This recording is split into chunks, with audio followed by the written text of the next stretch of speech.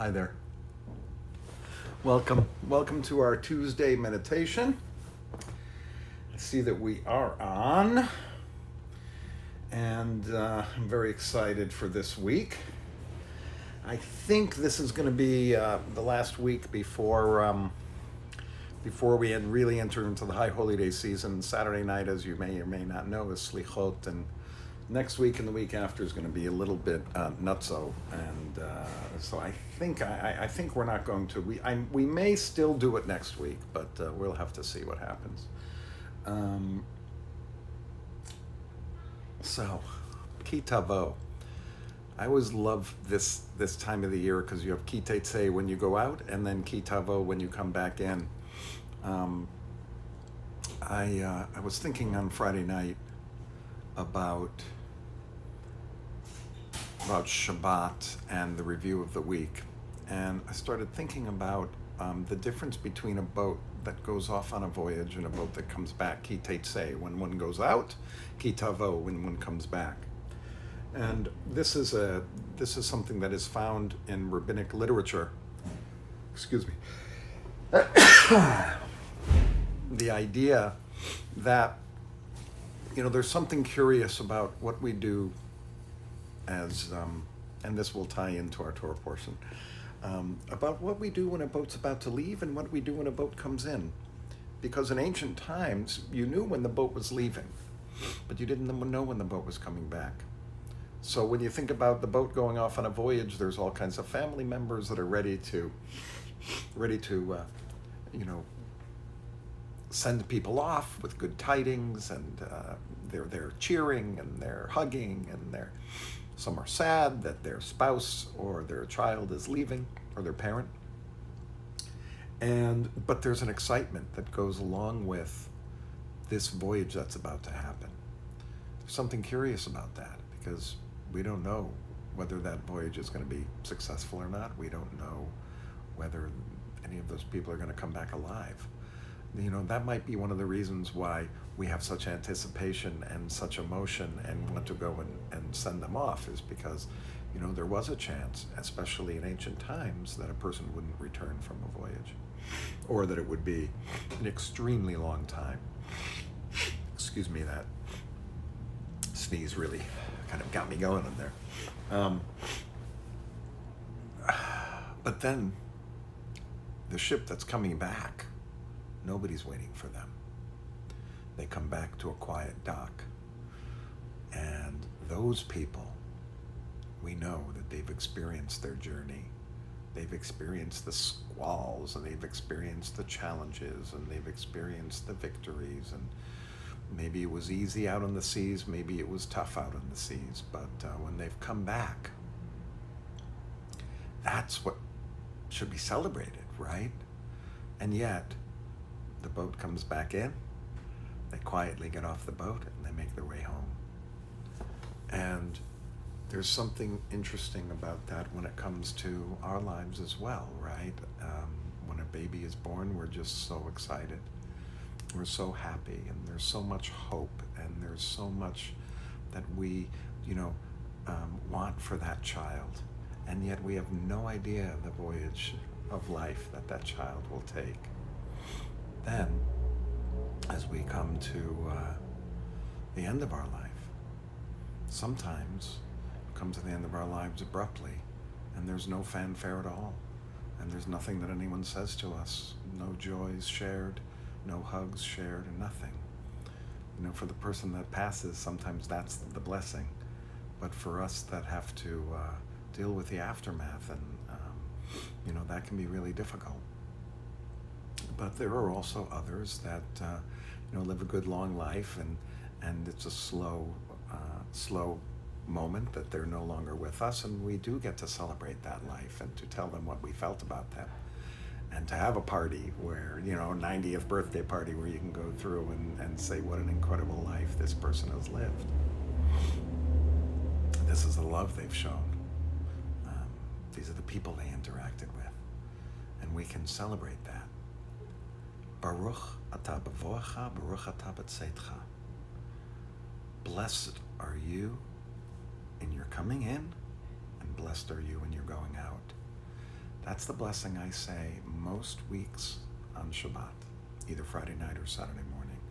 It's the blessing that Rabbi Harold Silver, may his memory be a blessing, who was the rabbi at my synagogue where I grew up. That's what he said at the end of every service, and that's why I say it at the end of services, is to kind of recollect my childhood and what I heard as I ended services. But there's also this connotation of the ship, right? Baruch atah b'voecha. Blessed are you as you came back in, and blessed are you as you go back out. And in both of those ways, people are blessed. It's just in a different way. The one who goes out, ki teitzeh from last week, they go out and we bless them as they go out so that they will be blessed. We bless them so that they will have success. We bless them so that may they be blessed as they go out, so that the lives that we have no idea is going to happen to them happens to them in a beautiful and blessing way. And then, when they come back, we hope that what they experienced was blessed. The act of coming back, entering back into their town or their home or whatever it is they're coming back, that's a blessing in itself. So one way to kind of approach this is we need blessings as we go off on a voyage. We need our blessings as we come back in from a voyage. But the blessings we give as someone goes out are hope-filled. The blessings we give as someone comes back in, I might say that those are, the word that's coming in my mind is relief-filled. But I'm not sure that that's the correct word to use there. I know that as we bless someone going out, we do have hopes and dreams. I guess when they're coming back in, we have the satisfaction of knowing that they experienced it, that they lived through it, that they are blessed from living that life and experiencing what they experienced. Hello, Kathy. So these blessings that we want to give someone who goes out and who comes in are different kinds of blessings. We want different things from the person that's leaving us than from the person that's coming in. And we have different feelings about what they're doing. It's kind of like, when you drop a kid off at college, you're just praying that things are going to go okay. And then when they come back, for Thanksgiving even, 3 months after they've gone, that's a different person because of the experiences they've had. And you can only hope that those experiences have been blessings. You can only hope that it has given them the feeling of being blessed. And then that's the last thing I want to mention. And we will say at the end, may I feel blessed and may I feel safe. And it is in this Torah portion that it says it, but it also says if we don't follow God's commands, cursed will we be in our coming and cursed will we be in our going. And, I'm not so sure if the opposite of blessing is curse. Maybe the opposite of blessing might be indifference, but I'm not so sure about that. This idea that we are cursed or blessed based on whether we follow God's commandments, it's hard to swallow that in our day and age. This idea that if we abide by God's commandments, we will be blessed. I think all we can do is hope that we are blessed. That seems to me the best we can do. The best we can do is live our lives in such a way that we search for blessings. We can live our lives in such a way that we look for goodness, we look to help, and that we're there for others. And we're there for ourselves and taking care of ourselves. The awareness of blessing, the awareness that what you have in your life is filled with blessings is hard to swallow sometimes. Sometimes life's hard. Sometimes it's throwing us curveballs. Sometimes we have horrible days. But even within those days, there are those kernels of blessing. We're going to have to go to our quiet time. We're going to be studying that tonight in our Elul prep class, we've been looking at, how important it is to forgive yourself and to help yourself. That's what we'll be talking about more tonight. But this awareness of blessing, as we go out to do something, and the awareness of blessing as we've experienced it, is really important in our own personal spiritual growth. So I hope that all of us can continue to admire the life that we were given, and to feel and know that we have blessings as we go out and as we come back. So let's get ourselves ready for our quiet time. Just want to see if this came up here. Yep. Yeah, it doesn't do that. It's very strange that when you go on to my Facebook, it does it for 8 seconds. All right, let's get ourselves in a place of quiet, place of stillness. I'm looking forward to these 20 minutes. Just going to breathe, going to feel our breath, see what it does to us in our bodies. Take time to find stillness, peace. Feel how our breath happens no matter what we do. And just allow everything to be as it is for now. We can solve the problems of our lives later. Let's lean into the blessings at this moment.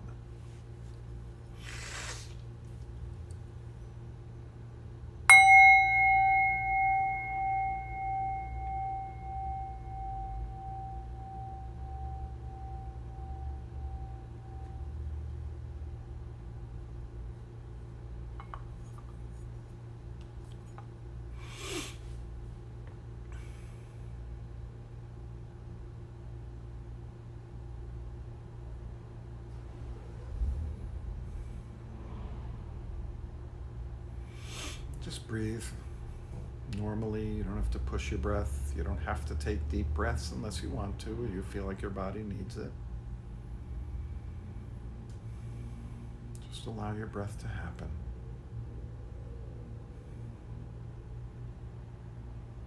What does it do to your body? How does it feel?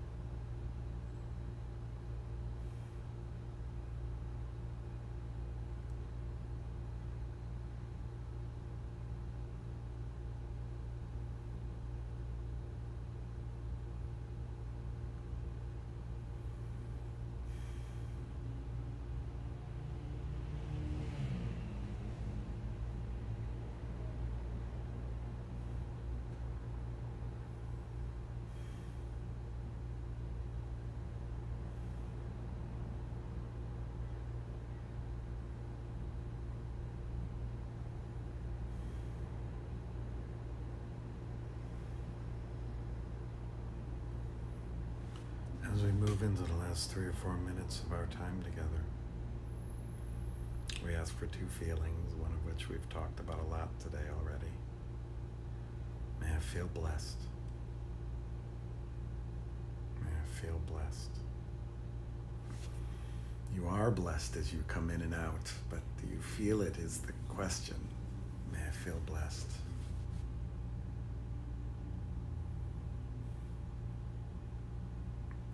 May I feel safe. May I feel blessed and safe. May I feel safe. May I feel blessed. You know, there's another way to approach this, and that is to simply have an awareness of your blessings, an awareness of how safe you are. That can lead you to the feeling of blessing and safety. May I feel blessed. May I feel safe. Just continue to ask yourself those questions.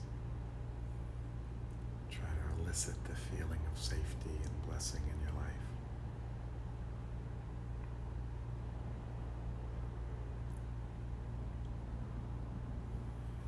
May I feel safe.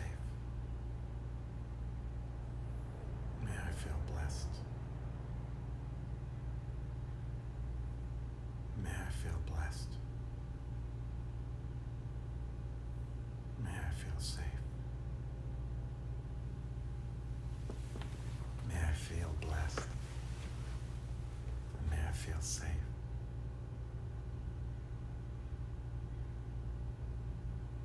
May I feel blessed.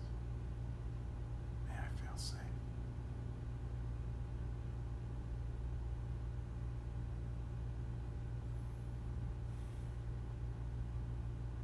May I feel blessed.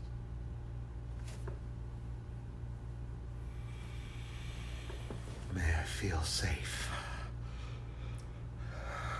May I feel blessed.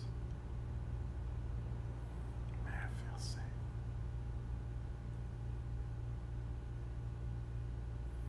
And we just finish by really thinking about our breath.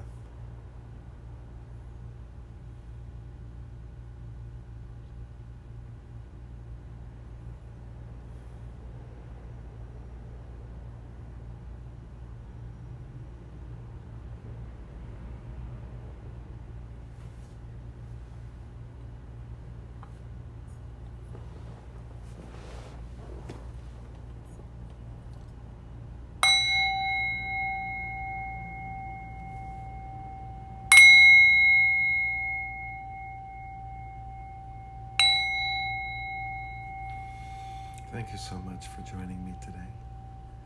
I hope you were able to find some stillness and peace.